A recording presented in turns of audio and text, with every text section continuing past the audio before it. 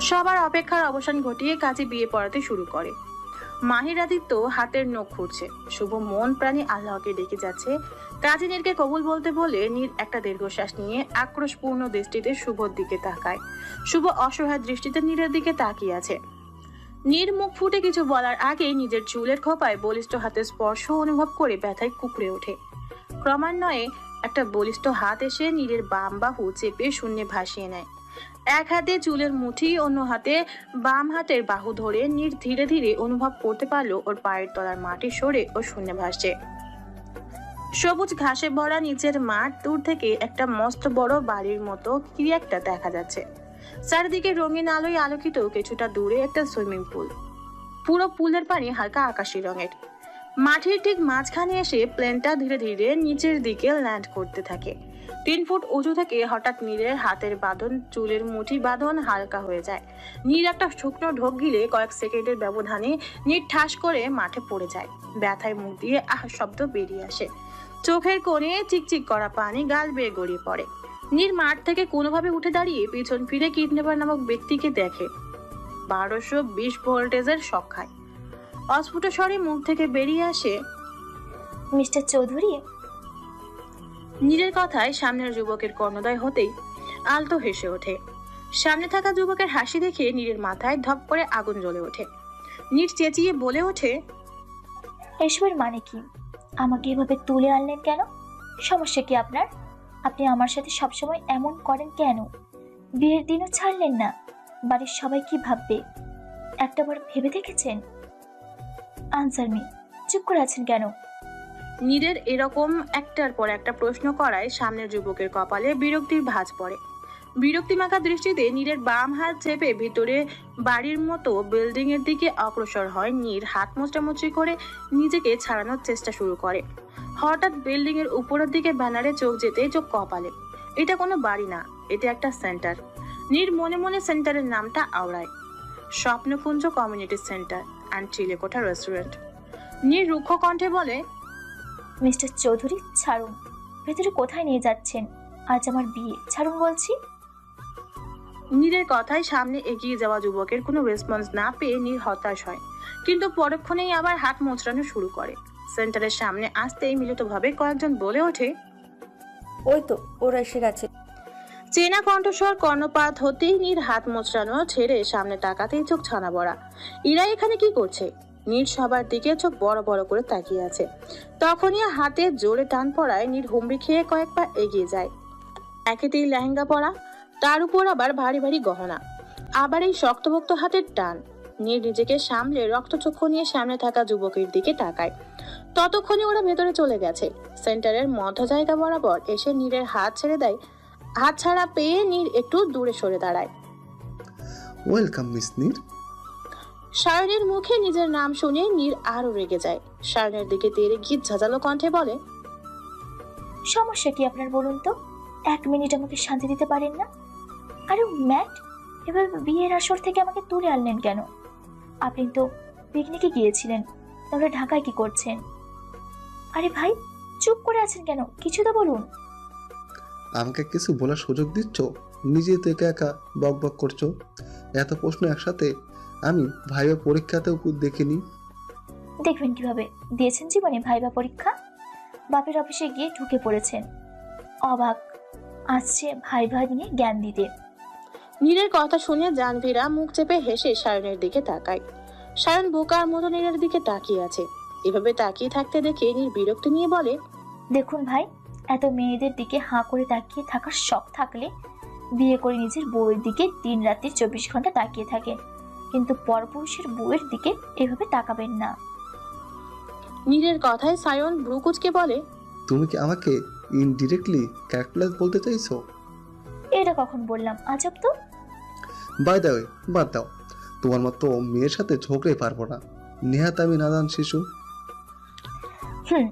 ঠিক টাইমে বিয়ে করলে আজ 12 বাচ্চার বাপ হতো, আর উনি নাদান শিশু। তো এক কাজ করেন, রাস্তার পাশে সব থেকে ফিডার কিনে গুঁড়ো দুধ গুলি খান। পিয়াস ভাই, আবহাওয়া আজ খুব গরম। হুম। শাট আপ, সিনিয়র হই তোমার। সরি ভাইয়া, ভুলে গেছি। সরি, আপনি তো সিনিয়র। ভাই বলছি কেন, আপনাকে তো কাকু ডাকা উচিত। ও গড, এই মেয়ে এত ফালতু কথা কিভাবে বলে? আমাকে এভাবে বিয়ের আসর থেকে টুপ করে তুলে না আনলেই তো হতো। তোমার মতো তো আমি না, অন্যের ভালোবাসার মাঝে গিয়ে দেয়াল হব। What do you mean? এত মানে খুঁজে কেন সবকিছু? চুপ করে সবাই বসো। সায়নের ধমকে নীর চুপসে যায়। নীর গুটি গুটি পায়ে সায়নের থেকে কিছুটা দূরে সরে দাঁড়ায়। সায়ন ডান হাতের অনামিকা আঙুল দিয়ে কপাল কুঁচকে ধপ করে সোফায় বসে পড়ে। নীর একবার সায়নের দিকে তাকিয়ে রাগে বিড়বিড়িয়ে সায়নের গোষ্ঠী উদ্ধারে ব্যস্ত হয়ে যায়। সায়ন আর চোখে নীরকে বিড়বিড় করতে দেখে স্মিত হাসে। নীরদের বাড়ি বর্তমানে থমথম অবস্থা বিরাজমান। সবার মুখটা অমাবস্যা চাঁদের ন্যায় আঁধার হয়ে আছে। নীরের বাবা মাথা নত করে বসে আছে, সামনেই শুভ সহ শুভর পরিবার বসে আছে। অন্য পাশে নীরের মা, শ্রাবণীর মা, রিহি, এশা, অভি, আয়াত, শ্রাবণীর বাবা দাঁড়িয়ে আছে। শুভ উপরে উপরে মন খারাপের ভাব দেখালেও ভিতরে খুশি, যেন আর ধরছে না। শুভর থেকে কয়েক হাত দূরত্বে মাহির আদিত্য দাঁড়িয়ে আছে, তবে ওদের মুখে বিস্ময় ভরা। আশেপাশে পাড়া প্রতিবেশীর মানুষে ভরপুর। উপস্থিত সবাই হতবাক। আচমকা সায়নের এমন এন্ট্রিতে সবাই কয়েক মুহূর্তের জন্য স্তব্ধ হয়ে যায়। বর্তমানে পুরো ড্রয়িং রুম জুড়ে পিনপত নীরবতা মৌনতা ভেঙে শুভর বাবা আগে বলে ওঠে, দেখুন মিজান সাহেব, এতে আমার আপনার কোনো দোষ নেই। এটা আমরা বলতে পারবো না, কারণ আমরা আমাদের সিদ্ধান্ত ওদের জানিয়েছিলাম, কিন্তু ওদের সিদ্ধান্ত একটিবারও নেইনি। ওরা এখন আর ছোট নেই, এটা আমাদের মাথায় রাখতে হবে। ছেলে মেয়েদের 16 বছর বয়স অবধি শাসন করা যায়, তারপর থেকে ওদের সাথে উচিত বন্ধুর মতো মেশা, যেন ওরা কোনো কিছু বলতে দ্বিধাদ্বন্দ্বে না ভোগে। লাইফটা ওদের, বিয়ে ওদের হবে। আর বিয়ে মানে শুধু দুইটা মানুষের এক বন্ধনে আবদ্ধ হওয়া নয়, বিয়ে মানে দুইটা মনের মিলন। এটা কোনো খাবার না যে আমরা ওদের ধমকে বকে খাইয়ে দেব। এটা আল্লাহ তাআলার দেওয়া মহান এক বন্ধন, যার উপর ভিত্তি করে ওদের বাকি জীবনটা কাটবে। আর আমরা ওদের মা বাবা, আমাদের উচিত ওদের ডিসিশন নেওয়া, কিন্তু তা না করে নিজেদের মতামত চাপিয়ে দেওয়াটা মা বাবার বৈশিষ্ট্য নয়। যাই হোক, আপনিও ভুল করছেন, আমিও ভুল করেছি, কিন্তু সায়ন আমাদের মস্ত বড় ভুল থেকে বাঁচিয়েছে। আপনার মেয়েকে আমার ছেলে বিয়ে করলেও কখনো স্ত্রীর মর্যাদা দিত না, কারণ আমার ছেলে অন্য একজনকে ভালোবাসে। এতটুকু বলে শুভর বাবা থামে। শুভর বাবার কথায় সবাই চমকালেও শুভ চমকায়নি। শুভ আগের ন্যায় রোবটের মতোই বসে আছে। মাহিরদের বুঝতে বেগ পেতে হলো না শুভর বাবাকে সবটা বলেছে। শুভর বাবা আবার বলে ওঠে, যা হয়েছে বাদ দেন, আমরা আজ আসি। আর একটা কথা মনে রাখবেন, আল্লাহ যা করেন ভালোর জন্যই করেন। আল্লাহ তার বান্দার খারাপ চাই না কখনো। নির্মাকে আমি একটুও দোষ দেব না, দোষ সম্পূর্ণ আমাদের। যাই হোক, আজ আসি, আল্লাহ হাফেজ। শুভর পরিবার চলে যায়। একে একে বাড়ি পুরো নীরব হয়ে যায়। কিছুক্ষণ আগের পরিবেশ আর এখনকার পরিবেশের মধ্যে আসমান জমিন তফাৎ। নীরের বাবা উঠে ধীরে ধীরে নিজের রুমে চলে যায়। শ্রাবণীর মা বাবা ছেলের করা কাজের জন্য লজ্জায় মাথা কাটা যাচ্ছে। নীরের মাঠ থেকে বিদায় নিয়ে শ্রাবণীরাও চলে যায়। শ্রাবণী অখুশি ভাববেন না, ও তো পারছে না ডিস্কো ডান্স দিতে খুশিতে, তবুও এখন মুখটা গোমড়া করে রেখেছে, নয়তো বিনা দোষে সবাই ওকে প্রশ্ন করবে। সেন্টারের বড় জানালা দিয়ে নীর বাইরের বাগান পর্যবেক্ষণ করেছে। বাইরে মিষ্টি বাতাস এসে নীরের সারা শরীর শীতল করে দিয়ে যাচ্ছে। আকাশে একটা মস্ত বড় চাঁদ উঠেছে। মাঝে মাঝে কালো মেঘের আড়ালে নিজেকে লুকিয়ে ফেলার খেলায় মেতেছে। নীর বাগানের শেষ দিকে দৃষ্টি নিবদ্ধ করে তাকিয়ে আছে, কিন্তু মাথায় ঘুরপাক খাচ্ছে হাজারো প্রশ্ন, যার সমীকরণ মেলাতে ব্যর্থ নীর। তোমাকে বিয়ের আসর থেকে তুলে নিয়ে এসেছি, তাই বলে ভেবো না আই লাভ ইউ, তাহলে ভুল ভাবছো। তোমাকে আমি ভালোবাসি না, কথাটা মাথায় ঢুকিয়ে নাও। আচমকা পেছনে থেকে সায়নের তিক্ত কথা শুনে নীরের মুখশ্রী বিরক্তিতে ছেয়ে যায়। নীর সায়নের দিকে ফিরে জানালার সাথে হেলান দিয়ে দাঁড়ায়। সোফায় সায়ন বসে আছে, ওর পাশে তিয়াস, বিহান, অন্য একটা সোফায় রিয়া আর জাহ্নবী। নীর সবার দিকে একবার চোখ ভুলিয়ে পুনরায় সায়নের দিকে দৃষ্টি তাক করে সায়ন পুনরায় বলে ওঠে, আমি জাস্ট শুভর ভালোবাসা বাঁচাতে তোমাকে তুলে এনেছি। শুভ আমার কাছে হেল্প চেয়েছিল, তাই হেল্প করলাম। আর এর থেকে আর কোনো ভালো ছিল না। হয়তো সবাই ভাবছে, ইনফ্যাক্ট তুমিও ভাবছো আমি তোমাকে ভালোবাসি, কিন্তু এটা তোমার সম্পূর্ণ ভুল ধারণা। বলে রাখলাম আগে থেকে, ফিউচারে কখনো বলতে যেন না পারো তোমাকে ভালোবাসার স্বপ্ন দেখে অন্যজনকে বিয়ে করেছি। মেয়ে মানুষ তো তোমরা, আর মেয়ে মানুষ মানেই ঝামেলা। যেখানে যাবে ঝামেলা ক্রিয়েট করাই তোমাদের মহিলাদের কাজ। শুভ নেহাত অনেকবার করে বলেছিল, তাই তোমাকে তুলে আনলাম। But I don't interested for you, understand? সায়নের কথা শুনে তিয়াসরা পূর্ণ দৃষ্টিতে নীরের দিকে তাকায়। নীর বুকে হাত বেঁধে শান্ত দৃষ্টিতে সায়নের দিকে তাকিয়ে আছে। নীর অদ্ভুত হেসে এক পা করে এগিয়ে জানভি রিয়ার পাশের সোফায় ধপ করে বসে পড়ে। সবাই কিছুটা ভয় পেয়ে যায়। নীর মাথার ওড়না খুলে টেবিলের উপর রাখে, তারপর একে একে কানের, নাকের, গলার গয়না খুলে টেবিলে রাখে। বর্তমানে শুধু গোলাপি লেহেঙ্গা আর মুখে বিয়ের সাজ। নীর ভালো করে লেহেঙ্গার নিচের পাড় ছড়িয়ে বসে টেবিল থেকে একটা আপেল নিয়ে 2টা বাইট বসিয়ে খেয়ে বাকি আপেলটা সাইডে রেখে দেয়। অতঃপর সায়নের দিকে তাকিয়ে কপালের বিরক্তির ভাঁজ ফেলে সায়নের দিকে প্রশ্ন ছুড়ে দেয়।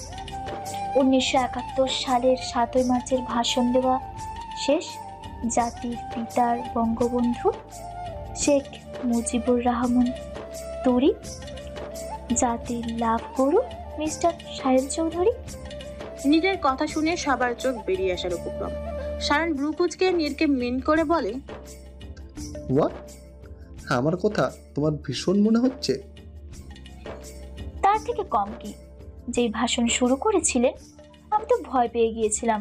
ভেবেছিলাম বাংলাদেশের সব লাভার এসে আপনার ওই পায়ে লুটিয়ে পড়বে, তাদের ভালোবাসা ভিক্ষা চাইবে, আর আপনি আমার মতো গিয়ে সবার গার্লফ্রেন্ডকে বিয়ের আসর থেকে তুলে আনবেন। ওয়াও! আপনার মতো জনদরদি মানুষের প্রতি দেশে একজন থাকা উচিত, বুঝলেন? তবে পার্থক্য একটাই, ওদের গার্লফ্রেন্ড তুলে আনবেন আর আমাকে সিঙ্গেল তুলে এনেছেন। তুমি কি বলতে চাও? সায়নকে থামিয়ে নীর বলে, মিস্টার চৌধুরী, আপনি বড্ড প্যাচাল পারেন, যার ফলস্বরূপ আপনাকে পাবনায় তাড়াতাড়ি যেতে হবে। আপনি কথা বলার সময় আমি চুপ ছিলাম, এখন আপনি চুপ থাকবেন, বুঝলেন? সায়ন বোকার মতো মাথা নেড়ে সায় জানায়। নীর টেডি স্মাইল দিয়ে বলে, that's like a good boy. Now your first question. আমি যেন না ভাবি আপনি আমাকে ভালোবাসেন। I am right mister Chowdhury? আমাকে দেখে কোন দিক দিয়ে আপনার মতো মাথায় নিউরন ছেঁড়া মনে হয় বলেন একটু? তুমি কি বলতে চাও? মিস্টার চৌধুরী, কথার মাঝে কথা ভালো লাগে না আমার, আমারটা শেষ করতে দেন। সায়ন চুপ হয়ে যায়। নীর মুচকি হেসে বলে, আমি সুস্থ সবল ফ্রেশ মস্তিষ্কের একজন অধিকারী মানুষ, তাই আপনার মতো হিটলার আমার প্রেমে পড়েছে বা পড়বে এটা ভাবা আর নিম পাতাকে মধু মনে করা এক, আন্ডারস্ট্যান্ড? নীরের কথায় সবাই হেসে দেয়। সায়ন রক্তচক্ষু নিয়ে নীরের দিকে তাকায়। নীর আবার বলে ওঠে, দ্বিতীয়ত, শুভই অন্য একজনকে ভালোবাসে। হ্যাঁ, এতই মহান প্রেমিক উনি, যে কিনা নিজের বাবাকে নিজের ভালোবাসার কথা বলতে ভয় পায়, ওনার হাঁটু কাঁপে। কেমন ভালোবাসা ওনার? মনে একজন নিয়ে অন্য একজনকে বিয়ে করতে আসে। আর এখন উদাহরণ দেবেন, ওর বাবাকে ও ভয় পায়। তাহলে আমি বলি শুনুন, কবি বলেছেন, ভাবিয়া করিও কাজ, করিয়া ভাবিও না। কেন উনি আগে ওনার বাবাকে ভয় পেত না? রাবির সাথে রিলেশনশিপে যাওয়ার পর ভয় পায়? হাস্যকর বিষয় না? ভালোবাসলাম একজনকে, বিয়ে করবো আরেকজনকে, এমন প্রেমিক যদি আমার কপালে জুটতো না, মাইরি বলছি ভাই, ওকে আমি প্রেমে পিএইচডি করিয়ে ছাড়তাম, এমন ঝাঁটার বাড়ি দিতাম, নেক্সট টাইম ভালোবাসি বলতে আসতো না।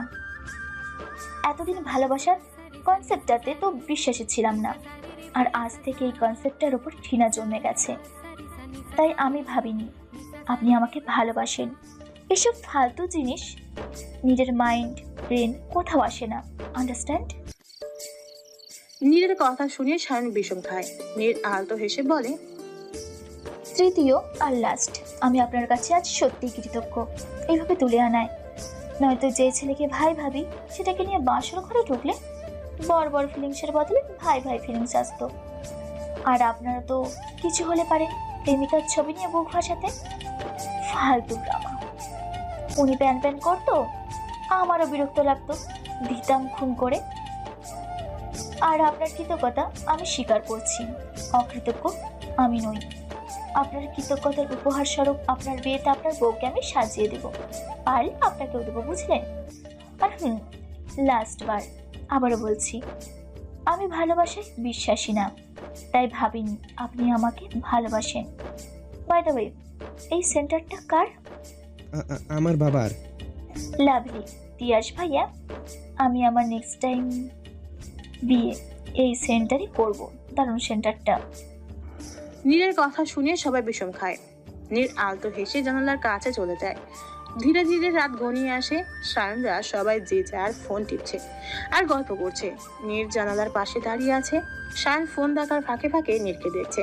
হঠাৎ উঠে নীরকে টেনে নিজের জায়গায় বসিয়ে সামনে খাবার দেয়। নীর হতভম্ব হয়ে বলে, এভাবে টেনে আনলেন কেন? খেয়ে নাও, নয়তো বলবে খাবার দেয়নি। আমি খাদক না, আমার খিদেও পাইনি, সো খাবো না। নীর উঠে যেতে নিলে সায়ন সোফায় দুপাশে দুই হাত দিয়ে নীরের দিকে ঝুঁকে পড়ে। নীর সায়নের এভাবে ঝুঁকতে দেখে সোফার সাথে ঘেঁষে বসে। সায়ন বলে ওঠে, কি খাবে? কিছু না। বিরিয়ানি খাবে? না। মোগলাই খাবে? না। বাড়ি যাবে? হুম। পিস খাবে? হুম। সায়ন ঠোঁট কামড়ে হেসে নীরের দিকে তাকায়। নীর হতভম্ব হয়ে দ্রুত মাথা নেড়ে বলে, কিসমিস খাবো। তিয়াসটা নিঃশব্দে হাসে। সায়ন নিজের ফোনের লক খুলে নীরের দিকে এগিয়ে বলে, নাও গেমস খেলো, ছোট বাচ্চা নয়তো ভয় পাবে। নীর ঠোঁট ফুলিয়ে সায়নের কাছে ফোন নিয়ে ঠোঁট কামড়ে হেসে সায়নের দিকে তাকিয়ে কিছু একটা ভেবে হেসে ফোন নিয়ে গেমসে ঢুকে সায়ন নীরের পাশে বসে তিয়াসদের সাথে গল্প শুরু করে। ঘন্টাখানেক পেরোতে কাঁধে কারো স্পর্শে সায়ন পাশ ফিরে দেখে নীর গভীর ঘুমে আচ্ছন্ন। ফোন হাতে নিয়ে বুকের সাথে চেপে রাখা কাটা চুলগুলো চোখে মুখে আছড়ে পড়া বাতাসে উড়ছে। জাহ্নবীরা নিঃশব্দে হেসে যে যার ফোনের দিকে তাকায়। সায়ন নীরের কাছ থেকে ফোন নিতেই নীর সায়নের এক হাত জড়িয়ে ভালোভাবে ঘুমায়। সায়ন নীরের ঘুমন্ত মুখশ্রীর দিকে তাকিয়ে ফোন অন করে, কিন্তু লক দিতেই সায়নের মাথায় হাত। ঘুমের মাঝে আচমকা হাতের টান পড়ায় সদ্য ঘুম চোখ থেকেই উধাও হয়ে যায়। নীর বিরক্তি নিয়ে চোখ খুলে সামনে সায়নের রক্তচক্ষু দেখে মনে মনে পৈশাচিক আনন্দ এসে হানা দেয়। তবুও আনন্দ মনের ভিতর পুষে হয়ে মুখে বিরক্তি নিয়ে বলে, সমস্যা কি? টিকটিকি কামড়িয়েছে? এভাবে ছোট বাচ্চাদের মতো টানাটানি করছেন কেন? নীরের কথায় সায়নের মেজাজ এবার তুঙ্গে উঠে যায়। সায়ন নীরকে বসা থেকে উঠিয়ে হাত জোরে চেপে বলে, ভালোর জন্য ফোন দিছিলাম আর তার এই প্রতিদান দিলে? কি করলাম মিস্টার চৌধুরী আমি? ফোনের লক পাল্টানো কেন? আমি? কখন? কোন সময়? কিভাবে? কোন লগ্নে? ফাজলামা করছো আমার সাথে? কি বললে? আমি আপনার সিনিয়র কাকু আর কাকুর সাথে মজা করা চাই? নীর, লক খুলো। আমি জানি না। মাথা গরম করো না, লক খুলো ফাজিল। একেতেই চোখে ঘুম, তার মধ্যে সায়নের মুখে ফাজিল শুনে নীর রাগে কটমট করে সায়নের থেকে হাত ছাড়িয়ে টেবিল থেকে পানির গ্লাস নিয়ে পুরো পানি সায়নের মাথায় ঢেলে দেয়। নীর অনাকাঙ্ক্ষিত আক্রমণে সবাই বোকা বনে যায়। সায়ন মুখ হা করে নীরের দিকে তাকায়। নীর কটমট দৃষ্টিতে সায়নের দিকে তাকিয়ে ঝাঁঝালো কণ্ঠে বলে, কমন সেন্স নেই এতটুকু? সদ্য ঘুমন্ত মানুষকে এভাবে তুলে কেউ হিটলারের বাপ কোথাকার? কি? আমি লক বদলে দিয়েছি, পেশ করেছি। আপনাকে বলেছিলাম দরদ দেখিয়ে আমাকে গেমস খেলতে, ফোনটা দিতে। দিয়েছেন কেন? ফোন আমার হাতে ছিল, তাই ফোনের মালিক আমি ছিলাম। সো কি করব না করব একান্ত আমার বিষয়। এখন ঘুমাবো, ডোন্ট ডিস্টার্ব মি। আর একটা কথা বললে আপনাকে আমি এখন বাথটাবে চুবাবো, মনে রাখবেন। নীর ধপাস করে শুয়ে পড়ে। সায়ন ফোনের দিকে অসহায় দৃষ্টিতে তাকিয়ে নীরের দিকে তাকায়। তিয়াস বিহান সায়নের দুই কাঁধে হাত দিয়ে বলে, তা পুচকি মেয়ের কাছে এভাবে বোকা হয়ে যাস, ব্যাপারটা আশ্চর্য না? ও পুচকি, হা হা, হাসাস না, আমাদের 10 বার বেঁচে কেনার বুদ্ধি আছে। গাইস, অনেক রাত হয়েছে, গুড নাইট। আমি ঘুমাবো। সারাটা দিন ঘুম ছাড়া পারিস কি তোরা? তো কি করব, বসে বসে মশা মারবো? না, মশা মারা লাগবে না, ঘুমা কুম্ভকর্ণ কোথাকার। এ আবার রেগে গেল কেন? সায়নের মন মোছা, নয় রে নয় সোজা। ফাজিলের দল, ঘুমা। ধ্যাত, আমাকে আবার চেঞ্জ করতে হবে। উপরের বা পাশের একটা স্টোর রুম আছে, ওখানে চলে যা। সায়ন রাগে কিরমির করতে করতে চলে যায়। সায়ন যেতেই সবাই শব্দ করে হেসে দেয়। পূর্ব গগনে সবেমাত্র সূর্য উঠেছে, হালকা রোদে ঝলমল চারিপাশ। দূর থেকে ভেসে আসছে ট্রাকের শাঁসা শব্দ করে, বিকট কর্কশ শব্দে হর্ন দিয়ে গেল। কর্কশ হর্নের শব্দে নীরের ঘুমের ড্রেস হালকা হয়ে আসে। নীর আড়মোড়া ভেঙে সোফা থেকে উঠে বসে, সোফায় ঘুমানোর ফলে ঘাড় ব্যথা উঠে গেছে। নীর ঘাড় বাঁকিয়ে পাশের সোফায় চোখ যেতেই সায়নের ঘুমন্ত মুখশ্রী ভেসে ওঠে। গায়ে আকাশি কালার একটা শার্ট, রাতে তো হলুদ শার্ট ছিল। হঠাৎ মনে পড়লো কালকের মধ্যরাতের কথা। নীর আনমনে হেসে আবার সায়নের দিকে তাকায়। চুলগুলো হালকা সিক্ত, দুই পা টেবিলের উপর তুলে সোফায় মাথা হেলিয়ে ঘুমাচ্ছে। নীর সায়নের দিকে থেকে চোখ সরিয়ে সামনের দিকে তাকাতেই চোখ পড়ে বিহান, তিয়াস, রিয়া আর জাহ্নবীর ঘুমন্ত মুখ। তিয়াস বিহানের কোলের উপর পা তুলে আছে, রিয়াদ বিহানের কাঁধে মাথা হেলে ঘুমাচ্ছে, আর জাহ্নবী রিয়ার কোলে মাথা রেখে ঘুমাচ্ছে। নীর ধীরে ধীরে উঠে সেন্টারের ব্যালকনিতে চলে যায়। রাতে জায়গাটা যতটা না সুন্দর লাগছিল, সূর্যের আলোর সৌন্দর্য আরো দ্বিগুণ বৃদ্ধি পেয়েছে। নীর দুদিকে দু হাত প্রসারিত করে চোখ বন্ধ করে জোরে শ্বাস নেয়। সূর্যের এক ফালি রোদ্দুর এসে নীরের মুখে পড়ে। হঠাৎ কানের কাছে পুরুষালী কণ্ঠে কেউ বলে ওঠে, প্রিয়সী। ডাকটা কর্ণপাত হতেই নীরের ব্রেইনে পৌঁছাতেই নীর চট করে চোখ খুলে পেছনে তাকায়। কই, কেউ তো নেই ভেতরে, সবাই গভীর ঘুমে আচ্ছন্ন। নীর ভয়ের চোটে বাতাসে ও কপাল পেয়ে সিক্ত ঘাম বেয়ে পড়ে। নীর ধীর পায়ে এদিক ওদিক তাকিয়ে কাউকে না দেখে স্বস্তির নিঃশ্বাস ছাড়ে। পেছনে তাকাতেই ভয় পেয়ে চেঁচিয়ে উঠতে নিলে এক বলিষ্ঠ হাত নীরের মুখ চেপে ধরে। নীর চোখ বড় বড় করে তাকায়। সামনের ব্যক্তি দাঁতে দাঁত চেপে বলে, চেঁচাচ্ছ কেন? কেউ শুনলে কি ভাববে? হুম হুম সায়ন নীরের মুখ থেকে হাত সরিয়ে দূরে গিয়ে দাঁড়ায়। নীর একটা জোরে শ্বাস নিয়ে বিস্ময় নিয়ে বলে, আপনি এখানে কি করছেন? আমারও সেম কোশ্চিন। তুমি এত সকালে এখানে কি করছো? আমার ঘুম ভেঙে গিয়েছিল, তাই আসলাম। ও, রেডি হয়ে নাও, তোমাকে বাড়ি পৌঁছাতে আমি বাড়ি যাব। সারা রাত ঘুমোতে পারিনি। বাড়ি যাব। সারা জীবন এখানে থাকার ইচ্ছে? এমন একটা জায়গায় মরেও শান্তি। ওপাশটা দেখুন কি সুন্দর, কত ফুল গাছ। এরা ফুল চাষ করে? না, ফুলের টব কিনে সেখান থেকে লাগিয়েছিল, আর এখন এত বড়। ও, কিন্তু আমি গাছ লাগালে সব মরে যায়, একটাও বড় হয় না। নীরের কথায় সায়ন স্মিত হেসে পকেটে দু হাত গুজে বাগানের দিকে মুখ করে দাঁড়ায়। পাশেই নীর দাঁড়িয়ে বাগানের ফুলগুলো মুগ্ধ দৃষ্টিতে দেখছে। কোন ফুল নেই? ডালিয়া, গোলাপ, রজনীগন্ধা, হলুদ গোলাপ, সাদা গোলাপ, আরো নানান বাহারি ফুলের গাছ। বেশ কিছুক্ষণ এভাবে কেটে যায়। হঠাৎ জাহ্নবীর কথায় দুজনই পেছন তাকিয়ে দেখে সবাই দাঁড়িয়ে আছে। এখানে কি করছিস তোরা এত সকালে? কিছু না, আমি এমনি দাঁড়িয়েছিলাম, আর উনি ফুলের টবে হাউডুবু খাচ্ছিল। সায়নের কথাই সবার কপালে ভাঁজ পড়ে। নীর ভ্রু কুঁচকে বলে, আমি হাবুডুবু কখন খেলাম? আমি তো ব্যালকনিতে দাঁড়িয়ে আছি, আর সুইমিং পুল কত দূরে। এই হাবুডুবু আর ওই হাবুডুবু এক না, তুমি বুঝবে না, বো কাকিনা। শেষ কথাটা বিড়বিড় করে বলে, শেষে কি বললেন? কিছু না তিয়াস, তোর ফুলের বাগান একজনের ভারী পছন্দ হয়েছে। নাম বলতে কষ্ট হয়, আজব। সায়ন পকেটে হাত ঢুকিয়ে নীরের দিকে ঝুঁকে সামান্য ফু ফিচের কণ্ঠে বলে, ইয়া, আমি আজব, তাই তো সবাই বোঝে না। সায়ন ভেতরে চলে যায়। নীর হতভম্ব হয়ে সায়নের যাওয়ার দিকে তাকিয়ে থাকে। বেশ কিছুক্ষণ পর সবাই বেরিয়ে পড়ে।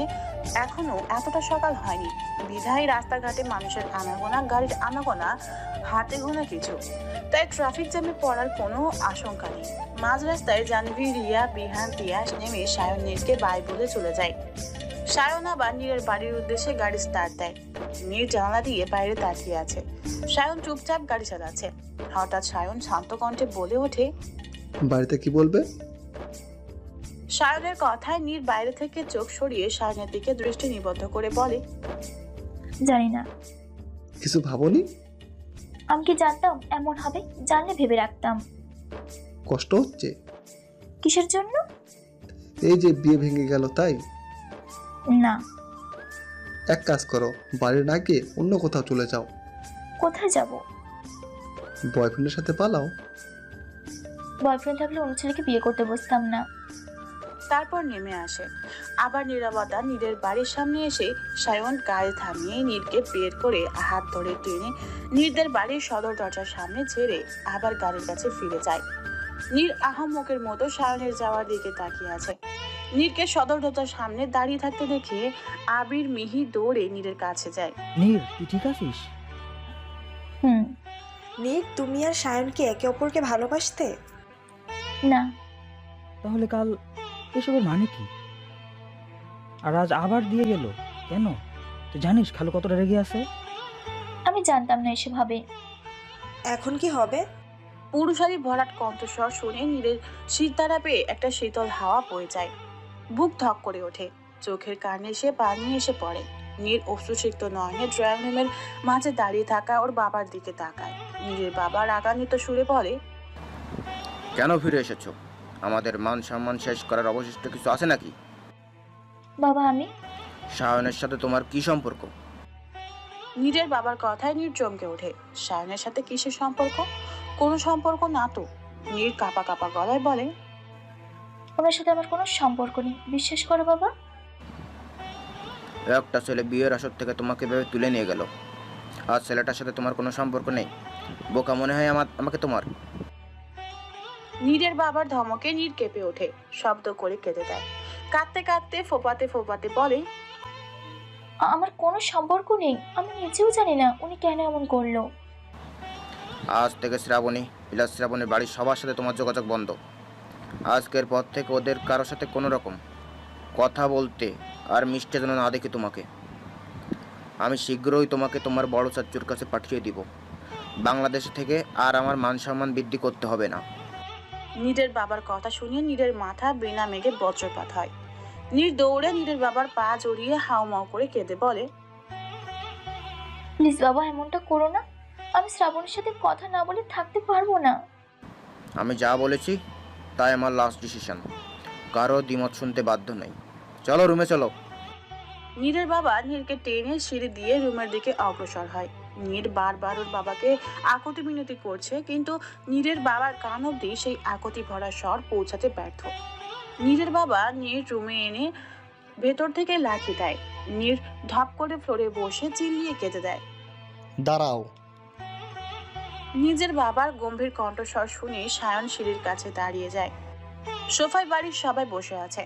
সায়ন বিরক্তি নিয়ে সবার দিকে তাকিয়ে ওর বাবার দিকে তাকিয়ে বলে, কিছু বলবে? নীর কোথায়? কোথায় আবার থাকবে? নিজের বাসায়। তুই ওকে ওর বাসায় পৌঁছে দিয়েছিস? তো কি করতাম? বউ করে বাড়ি নিয়ে আসতাম? আশ্চর্য। ওকে যদি ভালোই না বাঁচিস তাহলে ভরা আসর থেকে এবার টেনে হেসে নিয়ে গেলি কেন? কি আশ্চর্য নিয়ে যাওয়ার সাথে ভালোবাসার কি আছে? তুমি বুঝতে পারছো না তুমি কি বলছো। বৌমনি, আমি বর্তমানে খুব টায়ার্ড, এখন ঘুমাবো। প্লিজ, তোমাদের সব প্রশ্নের উত্তর আমি পরে দেব। একটা মেয়ের জীবন নষ্ট করে ঘুমাতে যাচ্ছ? এই শিক্ষা দিয়েছি আমরা তোমাকে। বাবা, আমি ওর জীবন নষ্ট করিনি। আর শুভ যার সাথে ওর বিয়ে হবার কথা ছিল সেই ছেলে আমাকে নিজে বলেছে বিয়েটা ভাঙতে। আর শুভ অন্য একটা মেয়েকে ভালোবাসে, সেখানে আরেকজনকে ভালোবেসে স্ত্রীর মর্যাদা কিভাবে দেবে? আর আমি যা করেছি ভেবেচিন্তে করেছি। এতটুকু বিশ্বাস আমার উপর রাখতে পারো। তোমার ছেলে অমানুষ না, কোনো মেয়ের সম্মানহানি হোক সেটা আমি কখনো চাইনি। আর এটা তো নীল, আমি কখনোই চাইবো না। আমি ওর জীবন নষ্ট করিনি, বাঁচিয়েছি। তুই ওকে বিয়ের আসর থেকে তুলে আনলি, সমাজের মানুষ কি ভাববে, কোন চোখে দেখবে এটা ভেবেছিস সায়ন?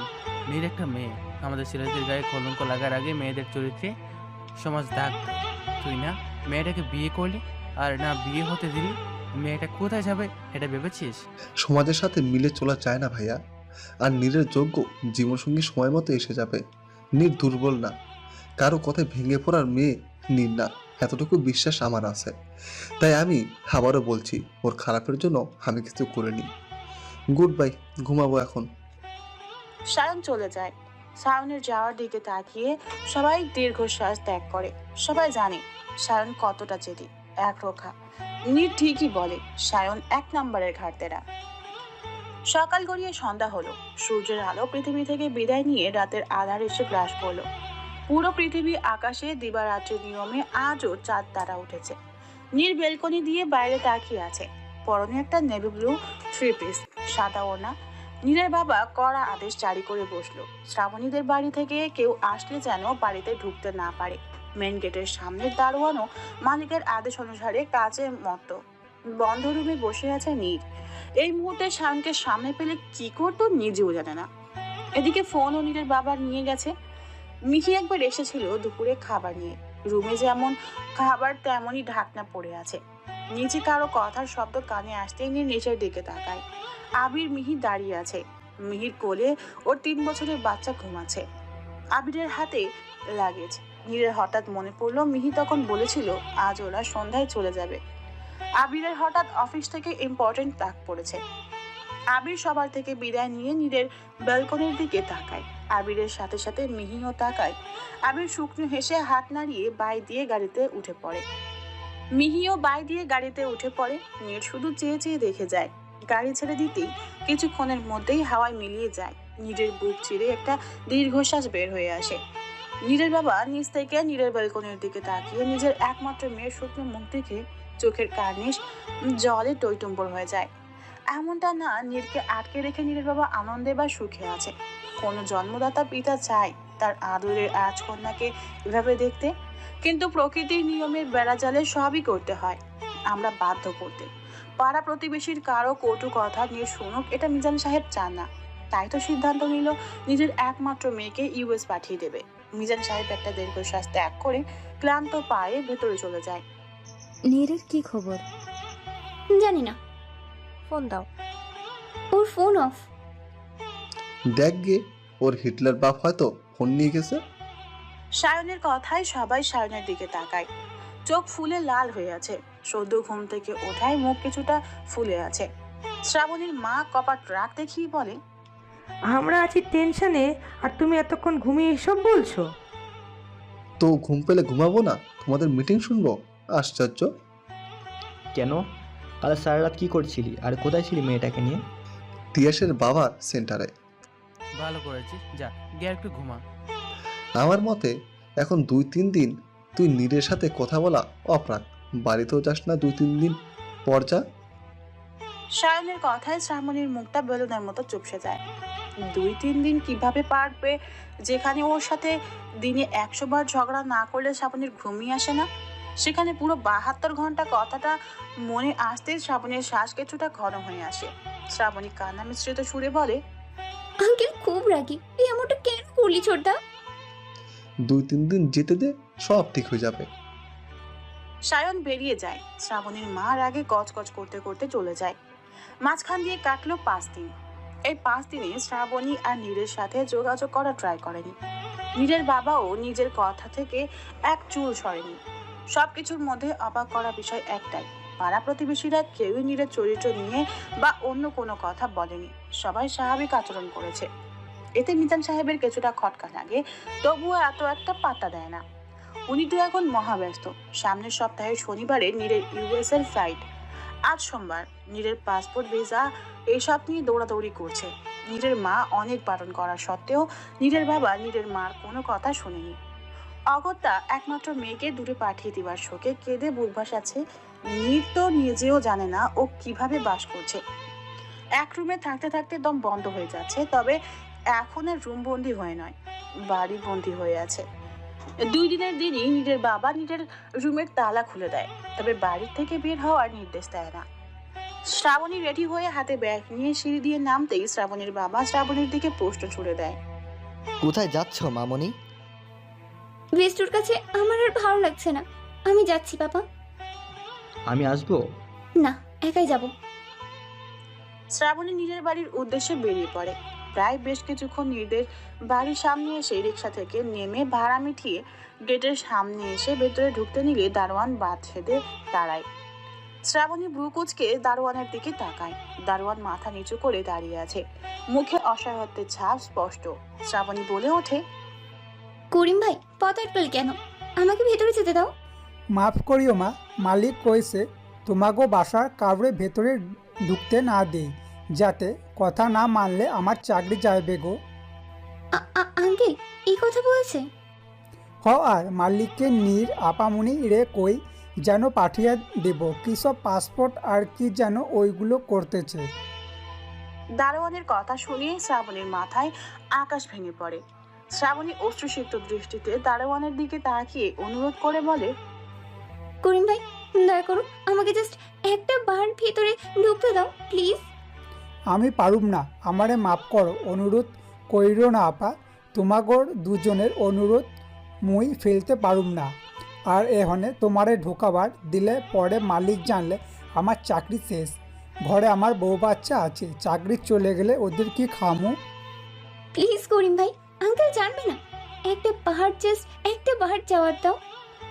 না না, চাইলেও যাও, মালিক বাড়িতে আছে, এহনে যাও বোন। এমন করো না, প্লিজ দাও না একটা বার যেতে। শ্রাবণীর শত আকুতি মিনতিতেও কোনো কাজ হয় না। দারোয়ান নিজের কথা অনল। শ্রাবণী উপায়ন্তর না পেয়ে কাঁদতে কাঁদতে নীরকে চিল্লিয়ে ডাকতে শুরু করে, মেষ্টু কোথায় তুই? দেখ না আমাকে ভেতরে যেতে দিচ্ছে না। মেষ্টু, এই মেষ্টু কোথায় তুই? আমাকে বল না ভেতরে যেতে দিতে। হঠাৎ চিরচেনা কণ্ঠ কানে আসতেই নীর শোয়া থেকে ধরপড় করে উঠে বসে। ভালো করে শুনতেই বুঝতে পারলো এটা শ্রাবণী। খুশিতে নীরের চোখে পানি এসে যায়। নীর দৌড়ে ব্যালকনিতে যায়। গেটের বাইরে শ্রাবণীকে কাঁদতে দেখে নীর ভিতর থেকে চেঁচিয়ে বলে, করিম ভাই, ওকে বাইরে দাঁড় করে রেখেছো কেন? ভেতরে ঢুকতে দাও। নীরের গলা শুনে শ্রাবণী কাঁদতে কাঁদতে চেঁচিয়ে পুনরায় বলে, দেখ না মেস্তু, আমাকে বলছে আমি নাকি ঢুকতে পারবো না, আঙ্কেল না করে দিয়েছে আমাদের কাউকে ভিতরে যেতে দিতে। তুই বল না আমাকে যেতে দিতে, আমি তোর কাছে যাব। করিম ভাই, আমি বলছি ওকে ভেতরে আসতে দাও। মাফ করিও বোন, তোমরা মুই নিরুপায়, মালিক জানলে আমার চাকরি শেষ। হাত ছাড়া বলছি, প্লিজ ওকে ঢুকতে দাও। মেস্তু। নীর অশ্রুসিক্ত নয়নে শ্রাবণীর দিকে তাকায়। শ্রাবণী কাঁদতে কাঁদতে হেঁচকি তুলে ফেলেছে। নীর ঠোঁট চেপে কান্না আটকে বলে, চলে যা তুই শ্রাবণী, ওরা তোকে আসতে দেবে না, চলে যা। আমি এবার আসবো, আর তখন ভিতরে যাবো, মনে রাখিস।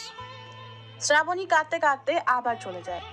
শ্রাবণী যেতেই নীর মুখ চেপে বসে কেঁদে দেয়। এখন নীরের মনে হচ্ছে শুভর সাথে বিয়েটা হয়ে গেলেই ভালো হতো। কি হতো বউয়ের অধিকার না পেলে? আপন মানুষগুলো তো কাছে থাকতো। সায়নটা ড্রয়িং রুমে বসেছিল। শ্রাবণী ড্রয়িং রুমে এসে বিনা বাক্যে নিচে মেঝেতে শুয়ে কেঁদে দেয়। হঠাৎ শ্রাবণীর কান্না শুনে সবাই দরজার দিকে তাকিয়ে দেখে শ্রাবণী মেঝেতে গড়িয়ে কাঁদছে। এক মুহূর্তের জন্য সবাই হতভম্ব হয়ে যায়। সবাই দৌড়ে শ্রাবণীর কাছে যায়। আয়াত শ্রাবণীকে কোলে তুলে বলে, ছোটকি কি হয়েছে, এভাবে কাঁদছিস কেন? কেউ কিছু বলেছে? বনু, কে কি বলেছে বল, মেরে ফেলবো পুরো। বুড়ি কাঁদছিস কেন? কি হয়েছে? নীরের বাবা কিছু বলেছে? কথা বল, না বললে বুঝবো কিভাবে? আমি যেতে চাইছিলাম। নীরি নাকি কি হয়েছে সেটা তো বলবি। বেস্তু, কি হয়েছে বলো। ছোটদা, আঙ্কেল আমাদের কাউকে যেন ওই বাড়িতে ঢুকতে না দেয়, দারোয়ান ভাইকে বলে রেখেছে। আমি ঢুকতে চাইলে আমাকে ঢুকতে দেয়নি ওরা, আমাকে বেস্তুর সাথে দেখা করতে দেয়নি। কি, ওনার এত সাহস? উনি তোকে কাঁদিয়েছে? চুপ করো, যা করেছে বেশ করেছে। ওনার জায়গায় আমি থাকলে এটাই করতাম। আমি কিছু জানি না, আমি বেস্তুর সাথে দেখা করব অ্যাট এনি কস্ট। আঙ্কেল বেস্তুকে কোথায় যেন পাঠিয়ে দেবে, পাসপোর্ট ভিসা করছে। এখন কি হবে? কি আবার হবে? যে এসবের জন্য দায়ী সে এসব ঠিক করবে। মানে? এখানে মানের কি আছে? নিজের মতো একটা মিষ্টি মেয়ের জীবন নষ্ট করেছিস, এখন তোকে নিজের দায়িত্ব নিতে হবে। আমি বুঝতে পারছি না কি বলতে চাইছো তোমরা। 2 বছরের বাচ্চা না তুমি সায়ন? কি আবার হবে? তোমাকে নীরকে বিয়ে করতে হবে, আর এটাই আমার লাস্ট ডিসিশন। বিয়ের কথা শুনে সায়নের মাথায় আকাশ ভেঙে পড়ে। সায়ন তো এত দূর অব্দি ভেবে রাখেনি এখন কি করবে। সায়ন স্পষ্ট কণ্ঠে বলে, এই বিয়ে আমি করতে পারবো না। আমরা তোর মতামত চাইনি, আমাদের মতামত জানিয়েছি। আশ্চর্য, বলির বাটা আমাকে কেন করছো? নীর কি মেয়ে হিসেবে খারাপ? না, ওর কি কোনো ব্যাড রেকর্ড আছে? আমার জানা মতে না। নীর কি দেখতে খারাপ? না। তাহলে তোর বিয়ে করতে আপত্তি কোথায়? একটা ওই দেখা। বাবা, আমি বিয়ে করছি না, ব্যাস। এতে নীর যদি হিমালয়ে চলে যায় তাহলেও না। ওর সাথে আমার বনে না, সারাদিন একটা না একটা নিয়ে আমার সাথে লেগেই থাকে।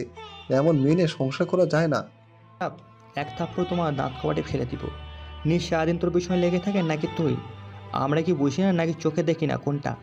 আর তোর ভাগ্য ভালো, তোর মতো ঘাড়তারা নীরের মতো ইনোসেন্ট একটা মেয়ে পাচ্ছিস। ইনোসেন্ট? তুমি কাউকে ভালোবাসো? এশার কথায় সায়ন থমকে যায়। মুখের কথা অটোমেটিক্যালি বন্ধ হয়ে যায়। চোখের সামনে শাড়ি পরিহিতা এক স্নিগ্ধ রমণীর মুখশ্রী ভেসে ওঠে।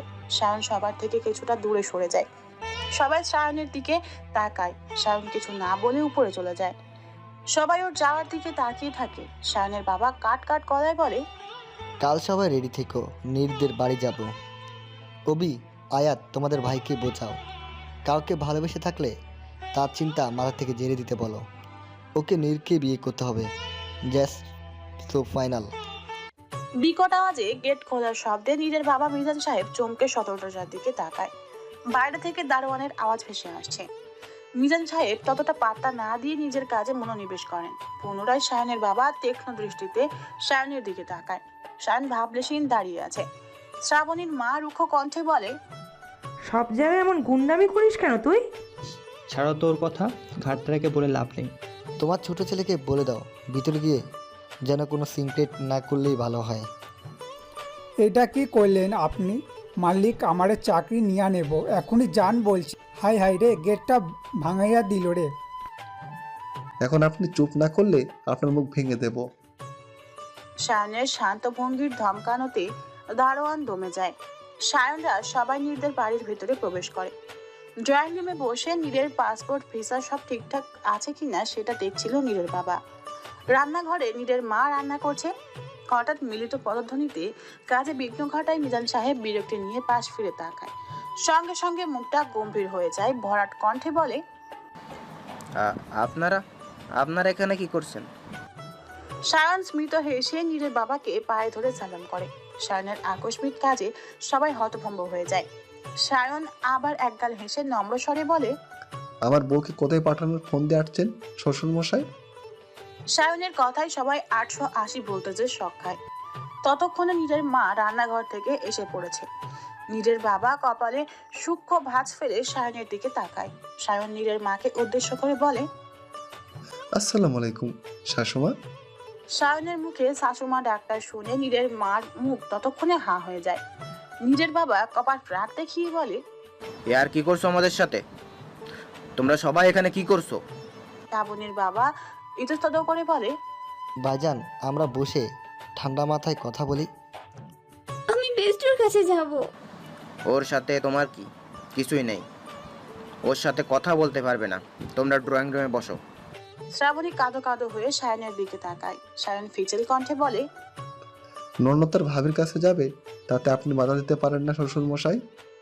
কি তখন থেকে শ্বশুর মশাই করছো? আমার কোন মেয়েকে তুমি বিয়ে করেছো? এই দেখো, আপনার তো একটাই মেয়ে নাকি আরো আছে?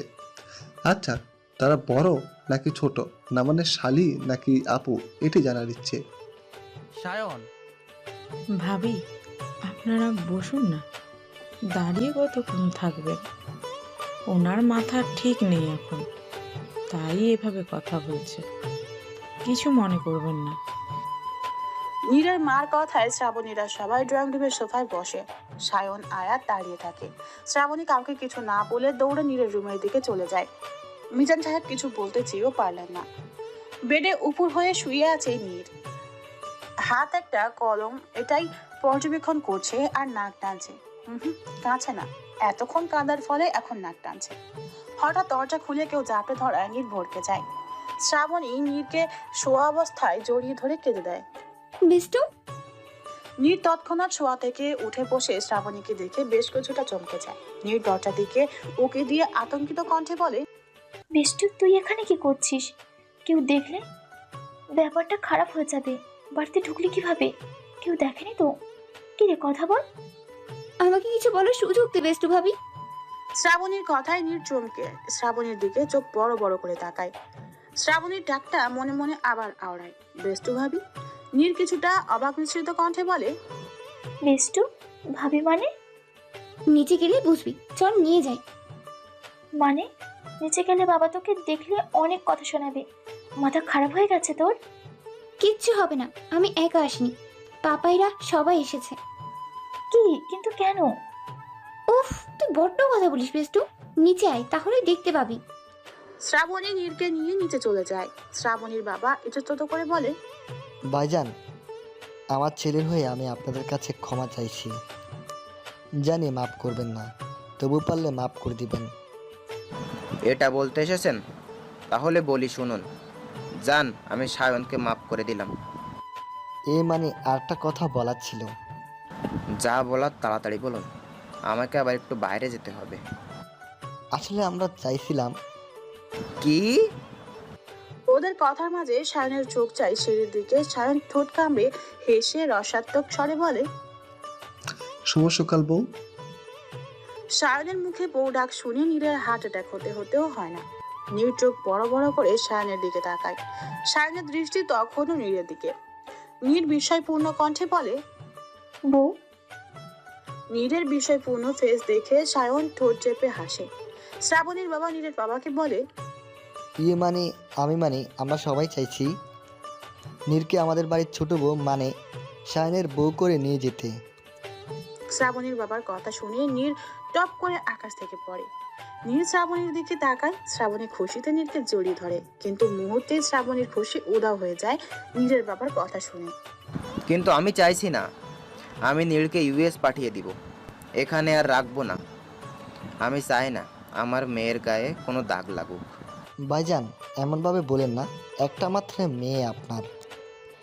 ওকে এত দূরে পাঠিয়ে দিলে আপনারা থাকবেন কিভাবে? আর একটাবার নীরের পৃষ্ঠার দিকে তাকিয়ে দেখেন, এতদিনে মেয়েটার মুখটা কেমন শুকিয়ে গেছে। ওরও তো কষ্ট হবে আপনাদের ছাড়া থাকতে। আর ভুল তো আমার ছেলে করেছে, আর সেই ভুলের শাস্তি নিষ্পাপ মেয়েটাকে কেন দিচ্ছেন? নীরের মতো মেয়েকে বউ হিসাবে পাওয়া আমাদের সৌভাগ্য। ঈশা আর রিহি আমাদের মন মতো বউ। এখন আমি চাই আমার ছোট ছেলের বউ এমন ভালোই হোক। আর নীর আমাদের চেনা জানাই মেয়ে, ও কেমন সেটা আমরা ভালোই জানি। আপনার অমত করবেন না দয়া করে। উত্তরে মিজান সাহেব মৌন। সবার দৃষ্টি মিজান সাহেবের দিকে। শুধুমাত্র সায়ন ভাবলেশীন দাঁড়িয়ে আছে, যেন এখানের কিছুতেই কিছু যায় আসে না। মিজান সাহেব একবার নিজের মেয়ের দিকে তাকিয়ে সায়নের দিকে তাকান। ছেলেটা খারাপ না, স্বভাব চরিত্র সব দিক দিয়ে পারফেক্ট। মিজান সাহেব মৌনতা ভেঙে সায়নের বাবার দিকে তাকিয়ে প্রশ্ন ছুড়ে দেয়, এটা তো আপনার কথা, কিন্তু সায়ন, ও কি আমার মেয়ে নীলকে ভালোবেসে বিয়ে করতে চায়? মিজান সাহেবের কথাই সবাই সায়নের দিকে তাকায়। সায়ন আগের ন্যায় দাঁড়িয়ে আছে। আয়াত সায়নের কানে ফেসফেসিয়ে বলে, অ্যান্সার দে, গোলমাল পাকাবি না। বেশ কিছুক্ষণ নীরবতা যায়। সায়ন এখনো মৌন। নীরের বাবা হেসে বলে, আপনার ছেলের এ বিয়েতে মত নেই। ধরে বেঁধে বিয়ে দেওয়া যায়, কিন্তু সংসার করানো যায় না। আপনার ছেলে আমার মেয়েকে ভালোবাসে না, বিয়েতেও রাজি না, তাই আমি মত দিতে পারলাম না। মাফ করবেন, একবার ভুল করেছি, দ্বিতীয়বার না। নীলের মা, ওদের নাস্তা দাও, আমি বাইরে যাচ্ছি। নীলের পাসপোর্ট ভিসার একটু সমস্যা আছে, ওগুলো ঠিক করতে হবে। নীরের মা মাথা নাড়িয়ে সম্মতি দেয়। নীরের বাবা সবার থেকে বিদায় নিয়ে চলে যায়। আপনি আন্টিকে বিয়ে করার সময় ফার্স্ট থেকে ভালোবাসতেন আঙ্কেল? সায়নের কথায় মিজান সাহেব দাঁড়িয়ে যায়। সবাই সায়নের দিকে তাকায়। মিজান সাহেব সায়নের দিকে ফিরে বলে, না। তাহলে তখন কি আন্টির বাবা জিজ্ঞেস করেছিল আপনি ওনার মেয়েকে ভালোবাসেন কিনা? বিয়ে একটা পবিত্র বন্ধন, এখানে ভালোবাসা, সম্মান, শ্রদ্ধা সব মিশ্রিত একটা মধুর সম্পর্ক, যার উপর ভিত্তি করে কোটি কোটি মানবী আজ জীবনযাপন করছে। পৃথিবীর সবাই ভালোবেসে বিয়ের বন্ধনে আবদ্ধ হয় না। বিয়ের পর নিজের স্ত্রীর প্রতি দায়িত্ব, ভালোবাসা, কর্তব্য সব আপনা আপনি আসে। আর ভালোবাসা শব্দটা আজকাল খুব ফিকে। একবার আশপাশটাই চোখ বুলিয়ে দেখুন, হাজারো প্রতিশ্রুতি দিয়ে তৈরি ভালোবাসা আজ অন্যের সংসার করছে। যাকে ছাড়া একটা সময় বাঁচবে না বলতো, সেই ব্যক্তি এখন খুব সুন্দরভাবে বেঁচে আছে। এসব প্রেম ভালোবাসার মধ্যেও কিছু নেই। ভালোবাসা মানেই এখন হাজারো মিথ্যে প্রতিশ্রুতি। এতটুকু বলে সায়ন থামে, নীরের দিকে তাকিয়ে স্মিত হেসে বলে, আপনার মেয়েকে আপনি আমার হাতে তুলে দেবেন, সেই আশায় আমি বসে থাকবো, এটা ভাবা ভুল। আপনার মেয়ে আমার রেজিস্ট্রি করা বউ। সেদিন রাতেই আমাদের বিয়ে হয়েছে। ভুলবশত হলেও বিয়েটা তো অমান্য করা যায় না। আপনার মেয়ে আমার অর্ধাঙ্গিনী, আর নিজের স্ত্রীকে নিজের করে নেয়ার মতো পুরুষত্ব সায়ন চৌধুরীর মধ্যে আছে। আমি কাপুরুষ না। আপনার মেয়েকে বিয়ে না দিলেও ও আমাদের বাড়ির বউ, আর বিয়ে দিলে দ্বিতীয়বার বউ হবে, এটাই। বাট আমার বউকে কোথায় পাঠাতে পারবেন না। নীর সায়নের বিয়ে করা বউ কথাটাই যতটা না অবাক উপস্থিত সবাই, তার থেকে কয়েক গুণ অবাক নীর। ও পারছে না সায়নের মাথা দুই ভাগ করে দিতে।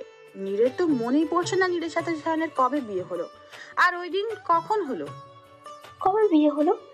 কখন বিয়ে হলো? স্বপ্নে কিন্তু কিভাবে? আমি তো জানি না। আচ্ছা, আমার কি শর্ট টাইম মেমোরি লস হয়েছে? তোমাদের বিয়ে হয়েছে? মিথ্যে বলছি বলে মনে হয়? নীল তো আমাদের বলেনি। আমি না করেছিলাম, ভেবেছিলাম সময় হলে বলবো, কিন্তু এখন সব হাতের বাইরে চলে যাচ্ছে, তাই বলে দিলাম। নাও ইউর ডিসিশন। তাহলে তো হয়েই গেল, আমরা বেয়াই হয়ে গেছি। এখন আমরা ওদের দুমদাম করে বিয়ে দিয়ে সমাজকে জানিয়ে আমার পুত্রবধূ করে ঘরে তুলব। তুমি আর অমত করো না। বিয়ে আল্লাহর পবিত্র বন্ধন, এটা ভাঙার ক্ষমতা তোমার আমার কারণ নেই। জন্ম মৃত্যু বিয়ে তিন বিধাতা নিয়ে। নীরের মার কথায় সবাই একমত পোষণ করে। অগত্যা নীরের বাবাও রাজি হয়ে যায়। ওনার আর এখন কি করার, যা হবার তো হয়েই গেছে। নীরের বাবার সম্মতি পেয়ে সবাই খুশিতে আত্মহারা হয়ে যায়। শ্রাবণী নীরকে জড়িয়ে ধরে টুপ করে গালে একটা চুমু খেয়ে নেয়। সায়ন নীরের দিকে তাকিয়ে দেখে নীর এখনো বিস্ময় ভরা দৃষ্টি নিয়ে সায়নের দিকে তাকিয়ে আছে। সায়ন ঠোঁট চেপে বাঁকা হাসে। সায়নের হাসি দেখে নীরের শীত দ্বারা পেয়ে শীতল স্রোত বয়ে যায়। নীরের মা বাবা শ্রাবণীর মা বাবাকে নিয়ে ঘরে যায়। শ্রাবণী দৌড়ে গিয়ে আয়াতকে জড়িয়ে ধরে। সবাই খুশিতে সায়ন আর নীরের দিকে তাকায়। নীর তো এখনো এক ঘরে রয়েছে। কি হচ্ছে সব মাথার 100 ডিগ্রি উপর দিয়ে যাচ্ছে। সায়ন ধীর পায়ে নীরের কাছে এসে দাঁড়ায়। সবাই সায়ন আর নীরের দিকে তাকায়। নীর সায়নের দিকে তাকাতে সায়ন নীরকে সিঁড়ির রেলিং এর সাথে চেপে ঠোঁট চেপে হেসে বলে, get to ready Mrs Sayan Chowdhury. Sayan নীরের দিকে বেশ কিছুটা ঝুঁকে পড়ে। সায়নকে এভাবে ঝুঁকতে দেখে নীর চোখ বন্ধ করে নেয়। বুকের ভিতর ঢিপঢিপ শব্দ হচ্ছে। সায়ন নীরের কানের কাছে ফিসফিসিয়ে বলে, get to ready my false wife Mrs Sayan Chowdhury. 10 দিন পর ভার্সিটি আসায় স্যার ম্যাম ক্লাসমেটদের উত্তর দিতে দিতে নীর বোর হয়ে গেছে। বর্তমানে ক্যাম্পাসে বড় বটতলায় গাল ফুলিয়ে বসে আছে। পাশে শ্রাবণী মিটমিটে হাসছে। সামনে ইভা, সিনথিয়া। পৃথিবীর নবম আশ্চর্য কিছু দেখার মতো বিস্ময় ভরা দৃষ্টিতে নীরের দিকে তাকিয়ে আছে। শেষমেশ নীর বিরক্ত নিয়ে বলে, বই তোরা মুখে অফ কর, নয়তো ডাস্টবিন ভেবে বিশ্বশুদ্ধ মানুষ তোদের মুখের ভেতর আবর্জনা ফেলে দিয়ে যাবে, আর তোরা ঢোক গিলতে গিয়ে গলাধকরণ করে ফেলবি। ইভা থতমত খেয়ে বলে, নীর, আমি জাস্ট বিশ্বাস করতে পারছি না তোর সাথে পুরো ফিল্মি কাহিনী হয়ে গেল, আর আমরাই মিস করে গেলাম। যাসনি কেন? বলেছিলি তো যাবি বিয়েতে। সিনথিয়া আমতা করে বলে, আসলে আমরা ফ্যামিলি পিকনিকে গিয়েছিলাম। ভালো করেছিস, এখন চুপ থাক, নয়তো কি যে করবো জাস্ট ভাবতে পারছি না। ধ্যাৎ, আমি ভাবলাম নীরের শুভ ভাইয়ের সাথে বিয়ে হলে আমি একটু আদিত্য ভাইয়ের সাথে নিয়ে ইয়ে করব। এটা কি? আরে বুঝিস না, লুচু মাইয়া আদিত্য ভাইয়ার উপর ক্রাশ খাচ্ছে। বই, তুই কি প্রতিদিন ক্রাশ খাস? না মানে এত এনার্জি পাস কোথায়? আমি কি করব, আদিত্য ভাইয়াকে দেখলেই আমি ক্রাশ খাই। ক্রাশ খাওয়ার এত রুচি কোথায় পাস? রুচি চানাচুর খাস নাকি প্রতিদিন 10-12টা? জি না, তোরা কি বুঝবি এসবের? ইহা একটা বিগ বড় ট্যালেন্ট, যা সবার থাকে না। কারোর থাক আর না থাক, তোর আছে। আর শ্রাবণী, ওর কথা না হয় বাদই দিলাম। হিস্ট্রি শুরু হলে যুগ যুগান্তর পার হয়ে যাবে, তবু শেষ হবে না। আচ্ছা, তার মানে তুই এখন সায়ন ভাইয়ের হাফ হওয়া বউ আর হাফ না হওয়া বউ, তাই না? সিনথিয়ার কথা শুনে তিনজনই ভেবাচাকা খেয়ে যায়। নীর কটমট দৃষ্টিতে সিনথিয়াকে ছাড়ি দিয়ে বলে, ওই হিটলারের নাম নিলে তোকে আমি জাস্ট কাঁচা খেয়ে ফেলবো। নীর হনহনিয়ে চলে যায়। শ্রাবণী হাসতে হাসতে নীরের পিছনে দৌড় লাগায়। ইভা সিনথিয়া মুখ লটকিয়ে দাঁড়িয়ে থাকে। কিছু দূর আসতেই হঠাৎ কোত্থেকে একটা মেয়ে এসে নীরকে জাপটে ধরে। নীর পড়ে যেতে যেতে নিজেকে সামলে নেয়, অতঃপর বিস্ময় ভরা কণ্ঠে বলে, কে বোন তুমি, এভাবে আয়সা ধরলা? নীরের কথায় মেয়েটা মুখ তুলে নীরের দিকে তাকিয়ে টুপ করে গালে একটা চুমু খেয়ে শ্রাবণীকে জড়িয়ে ধরে। একটা চুমু খায়। শ্রাবণী গদগদ হয়ে বলে, রাহাপি তুমি? ইয়া। এত খুশি কেন? ব্যাপার কি, গুড নিউজ নাকি? ইয়েস। বলো বোন বলো। 10 দিনে আমি এত এত সারপ্রাইজ পেয়েছি, এখন তোমারটাও শুনি। Thank you thank you thank you. কেন? সেদিন যদি তুমি না যেতে তাহলে রাহাকে আমি পেতাম না কখনো নিজের করে। মানে সেদিন নীরদের বাড়ি থেকে আসার পরেই শুভর বাবা আমার মা বাবাকে ডেকে পাঠায়। দেন ওরা আলাপ আলোচনা করে সেদিন রাতেই আমাদের বিয়ে দেয়। আর এসব কিছুর ক্রেডিট নীর আর সায়ন ভাইয়ার। সায়ন ভাইয়ার সাথে কথা হয়েছে, আর এখন আসলাম নীরের সাথে দেখা করতে, প্লাস ধন্যবাদ জানাতে। এই অপদার্থকে তুমি বিয়ে করছো? ছি, জীবনটা শেষ করলে। মানে? এখানে মানের কি আছে? আমি যদি রাহাপির জায়গায় থাকতাম আর আমার বয়ফ্রেন্ড তার বাবাকে আমাদের রিলেশনের কথা বলতে না পারতো, সেদিনই ওইটাকে রামধোলাই দিয়ে অন্য একজনকে বিয়ে করে নিতাম, নয়তো সারা জীবন অবিবাহিত থাকতাম। তবুও এমন বয়ফ্রেন্ডকে বিয়ে করতাম না। আমি কি করতাম? আমি আব্বুকে ভয় পাই। চরিত্রে ভীতু, আসছে প্রেম করতে। শুধুমাত্র আপনার জন্য এখন আমাকে ওই হিটলারটাকে বিয়ে করতে হবে। আমার জন্য মানে? কেন, আপনি যদি সায়ন বায়ন কায়ন নামক ওই হিটলার ভয়ঙ্কর পুরুষের কাছে হেল্প না চাইতেন, বিয়ের দিন এমনটা হতো না। আপনি বলেছেন আপনাকে হেল্প করতে, তাই তো উনি আমাকে এভাবে তুলে নিয়ে গিয়ে আপনাকে হেল্প করলো। নীরের কথায় শুভ, আদিত্য, মাহির তিনজনই অবাক হয়। শুভ অবাক মিশ্রিত কণ্ঠে বলে, আমি কখন শাওন ভাইয়ের কাছে হেল্প চাইলাম? এখন নাটক করবেন না। বিলিভ মিনের, আমি শাওন ভাইয়ের কাছে হেল্প চাইনি, কসম লাগে। শুভর কথায় নীরের মনে খটকা লাগে। নীর বলে, কিন্তু আমাকে তো বললো আপনি হেল্প চেয়েছেন, উনি ইচ্ছে করে করেননি। হেন তেন আরো 420। হয়তো এমনিই বলেছে, বাট আমরা হেল্প চাইনি। সত্যি বলছেন? আপনারা কিছুই জানতেন না? দেখলি বেস্টু, তোর ভাই কত বড় মিথ্যেবাদী। পরপর 2টা বড় বড় ডাহা মিথ্যে বলল। প্রথমত, শুভ ভাইয়া বলেনি হেল্প করতে, লাভগুরু নিজের দায়িত্বে বিয়ে ভেঙেছে। দ্বিতীয়ত, আমাদের বিয়েই হয়নি, তবু উনি বলেছেন আমাদের বিয়ে হয়েছে। তোর ভাইকে আমি এই জন্মে বুঝলাম না। তানির, এখন তোমার বিয়ে কার সাথে? আমার ছোটদার সাথে, কারণ ছোটদা আর বেস্টুর একবার বিয়ে হয়ে গেছে। সত্যি? না। হঠাৎ নীরের চেঁচানোতে সবাই ভড়কে যায়। নীর দাঁত কটমট করে বলে, তোর ভাইয়ের বিয়ে করার খুব শখ না? আমি ওনার শখ জন্মের মতো ছুটিয়ে দেব। কি করবি? মাহিরের বউ, জাস্ট চুপ। নীরের কথায় সবাই তপ্তা খেয়ে যায়। মাহির কাশতে কাশতে নীরের দিকে তাকায়। শুভ, আদিত্য ঠোঁট চেপে মাহিরের কাঁধে হাত রেখে সুর টেনে বলে, শ্রাবণীর জামাই। শ্রাবণী কটমট দৃষ্টিতে নীরের দিকে তাকায়। নীর দাঁত দিয়ে জিভ কেটে শ্রাবণীর দিকে তাকায়। শ্রাবণী নীরের পিঠে দুরুম করে কয়েকটা কিল বসিয়ে দিয়ে নীর ব্যথায় আহ করে ওঠে। রাক্ষসী, ছাড়, কি করছিস? আমি হারামি? তুই বান্ধবী নাকি দুশমন কুত্তি? যেটা ভাবিস। মাহির ভাইয়া আপনার বউকে থামান। আমার বউ? কি বলছো? ভাই কবে বিয়ে করলি? আমাদের বললিও না। মাহির চোখ গরম করে শুভর দিকে তাকায়। শ্রাবণী ঠোঁট ফুলিয়ে নীরকে ছেড়ে দৌড়ে চলে যায়। শ্রাবণী যেতেই মাহিরও মাথা চুলকে বিড়বিড়িয়ে কেটে পড়ে। সবাই শব্দ করে হেসে দেয়। পৃথিবীর সর্বত্র জুড়ে নিয়মের রাজত্ব, সেখানে সবকিছুই সুশৃঙ্খল ও সুনিয়ন্ত্রিত। নিয়মের বেড়াজাল তৈরি প্রত্যেকের জীবন, এমনকি প্রকৃতি নিজেও। শৃঙ্খলার এই নিয়মের উপর ভিত্তি করেই প্রতিদিন সকালে পূর্ব গগনে সূর্য তার আলোর কিরণ ছড়িয়ে দেয়, আর সন্ধ্যায় পশ্চিমে সূর্য অস্ত নেমে পৃথিবীকে আধারে নিমজ্জিত করে। আবার রাতের আকাশে উঁকি দেয় চাঁদ তারা। দিবারাত্রির এই সুনির্দিষ্ট নিয়মের অবর্তনে প্রকৃতির ঋতুবদল হয়। মাসের পর মাস যায়, দিন পেরিয়ে নতুন দিনের আগমন ঘটে ধরনীর বুকে। এই নিয়মের উপরই প্রকৃতির মতো মানুষের জীবনও এক সুতোয় গাঁথা। জীবনের আয়ুষ্কাল থেকে বিয়োগ পড়লো আরও একটা মাস। বসন্ত পেরিয়ে প্রকৃতিতে ঘটল গ্রীষ্মের আগমন। মানুষ যখন ব্যস্ত জীবন নিয়ে, গগনের তেজস্ক্রিয় সূর্য তখন মত্ত তার তেজের খেলায়। গ্রীষ্মের প্রখর রোদে মানুষের জীবন উঠেছে জরাজীর্ণ, কোথাও একদণ্ড বর্ষার উপায় নেই।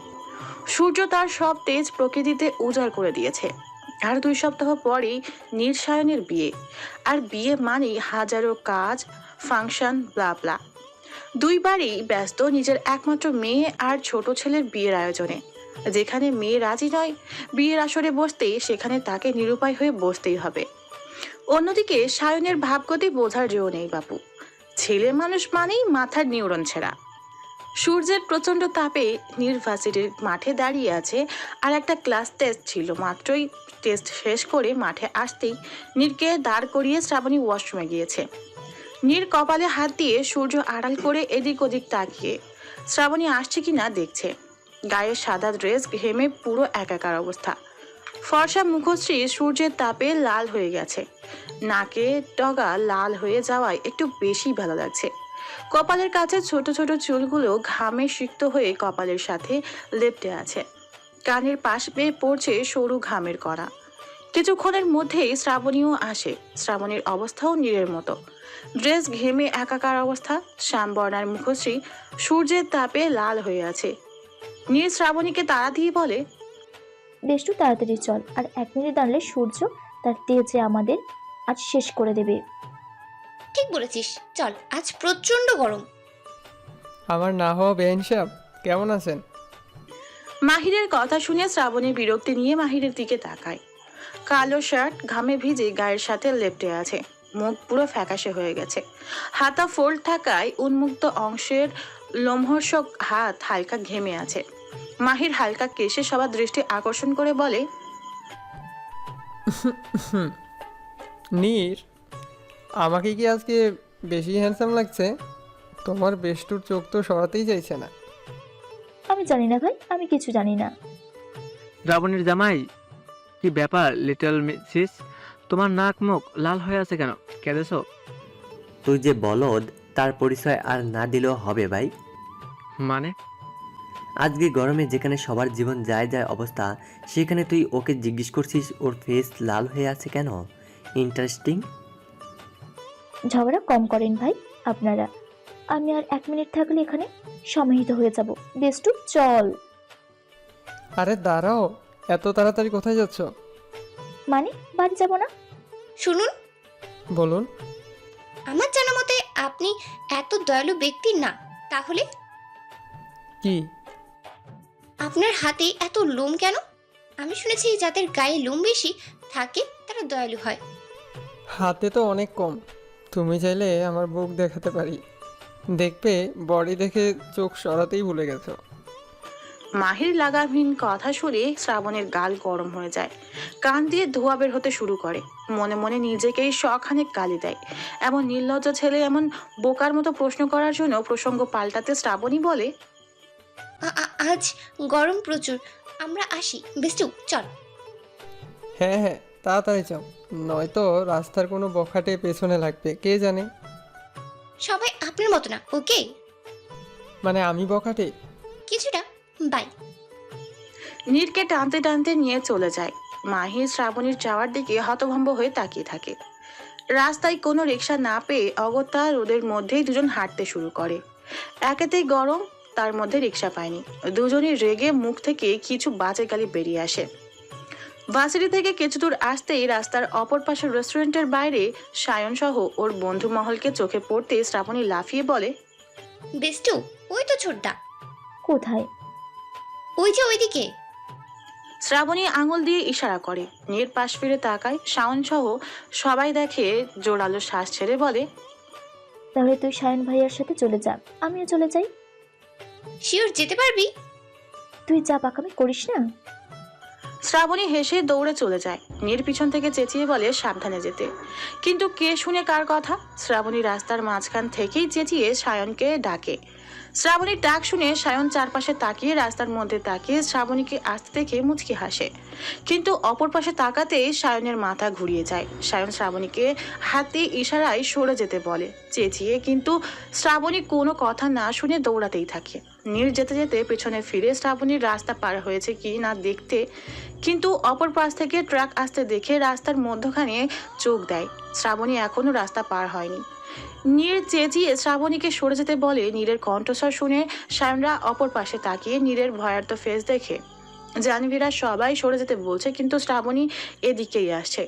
সায়ন ভয়ার্ত চোখে একবার শ্রাবণীর দিকে তাকায়, আবার এগিয়ে আসা ট্রাকের দিকে তাকায়। ট্রাক আর শ্রাবণীর মধ্যে দূরত্ব বেশ কম।